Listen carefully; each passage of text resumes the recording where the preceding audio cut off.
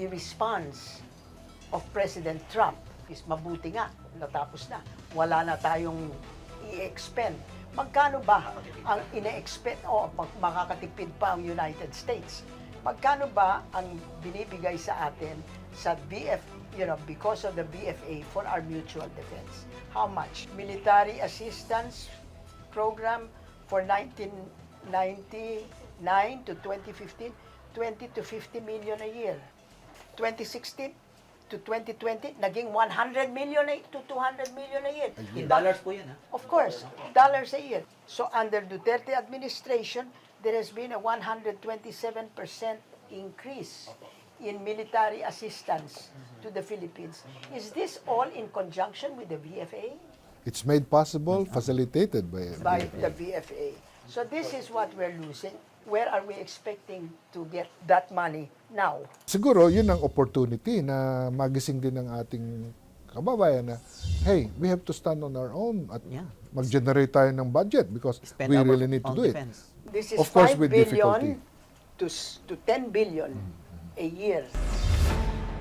Yun nga ang sinasabi ni Presidente, kung palagi tayong umaasa, ay talagang hindi na tayo aangat. We have to rely on our own resources. Ay yung bang magkano lang ba yun? Di ba, halos peanuts lang naman yun eh. Pagkatapos, pag meron pa silang ibibigay na aid, palagi pang merong kondisyon. Hindi naman libre yun eh, may mga kondisyon sila eh. Magkano ang increase ng AFP budget? It's common knowledge na earlier the figure of 187 billion pesos is our defense budget. Now, Misleading po yan. over the years, our people know that 85% of that goes to salaries And pensions. and pensions. Therefore, you only have 15% for operations. Well, we have to bear the Consequences. We have to bear the consequences. What exactly do you think are the consequences of the termination of the VFA vis-a-vis the Mutual Defense Treaty, vis-a-vis our stand in West Philippine Sea? Dalawang bagay eh. Mayroong pros, may cons eh, no? Siyempre. Ang sinabi ko lang dito kanina, yung cons is magigising tayo na dapat talaga tayong mag-struggle kasi wala nang tutulong, no? The Chinese government is very willing to send its military to train us. How do you think the military will Ang sabi ng AFP and our defense leaders, there are several nations interested, no, to have defense agreements with us. Nandiyan ang Japan, nandiyan ang South Korea. Of course, China was also mentioned, you know. So we will see. But we cannot second guess. Who would you rather have a mutual defense treaty with? Sa ngayon po, wala po tayong intensyon na magkaroon ng alliance sa ibang bansa. US lang po. Kasi ngayon, ang alliance system po ngayon na-challenge na rin. Even NATO po, na-challenge na rin yung alliance system. Para po sa akin, di na po nangangailangan ng alliance agreement. Ang kailangan lang po natin ay military partnership or strategic partnership with other countries. No need for an alliance. Anong ginagawa ng Vietnam? Ang sabi nila, ang kanilang strategy, summed up in one sentence. Let us cooperate where we could, but resist where we should. Yan ang isang example ng what a nation can do. It is being threatened and yet it has to cooperate with a close neighbor, China. Sabi nga ni Presidente, friends to all, enemies to none, unless this particular country will threaten our territorial integrity and sovereignty. That's the time we will rise up to the challenge and fight them the way our forefathers did during their time. You know, it's so easy to say, cooperate where we could and resist where we should. All right, is that an issue of resistance?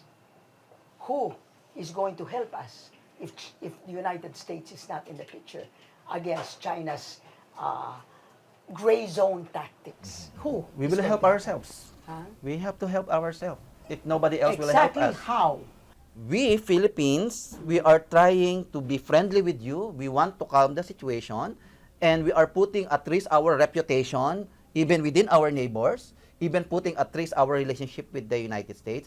If you continue doing that, we have no other recourse either to fight you with our own capability Alam nyo, or mobilize the whole world against you. What do you think of that? Alam nyo, may kasabihan ng ating na diplomacy without military leverage to back it up will amount to nothing. It's Yun our nga po, goal oo. to develop a Our own. capability to repel, Deter. to defeat. Now, matagal pa yung ma-achieve, di ba? Because it takes time. In the meantime, ang reality, yung assurance ng US military presence brought about by the existing mutual defense treaty is important. How would you expect the Philippines to show its willingness to protect itself? I learned a lesson na avoidance of war does not always mean no war. There are other tools, no? There are other instruments of national power that could be utilized other than military. No? Do you believe that the Philippines would be better off putting its cards with China? Ngayon po, may marami po tayong mga breakthroughs in our talks with China. Meron tayong bilateral consultative mechanism with China. Ang pinapag-uusapan mo ngayon sa South China Sea ay hindi na ang gulo. Pinag-uusapan na po ngayon ay papaano magko-cooperate. So yung huling-huling meeting po ng bilateral consultative mechanism, ang pinag-uusapan po ngayon ay joint environmental protection, joint rescue operation, joint maritime law enforcement operations, at ang pinaka-controversial ay even joint development. Sapagkat tinanong ko siya, Mr. President, are you open to military force agreement with other countries like China? No. Russia, no. Australia, no. Panahon na nga, tumayo na tayo, huwag na tayong umasa sa kanila. Unang-una, sabi niya, bakit ba sinasabi nila na, paano na tayo sa mga kalaban natin? Eh, ang tanong ko sa kanila, at ulitin mo yung tanong ko sa kanila, sino ba kalaban natin? Wala naman tayong kalaban eh. So you're saying then that we will allow China to do it, and they will negotiate and negotiate. It will take 10 years, and they're taking out all these resources from us over the next 10 That is years. why we It's have okay with us. That is why we have to build our capabilities to drive away those illegal Okay. fishermen. Who will help us build our capabilities? No, we have options. We have What options. options? We can ask help from Australia, from Japan, from Russia. We can rely on ourselves. How much is needed? Well, we need a minimum of 10 billion US Our dollars. target- May military modernization program tayo that 10 requires a lot of billion, money. That's about 500 billion pesos.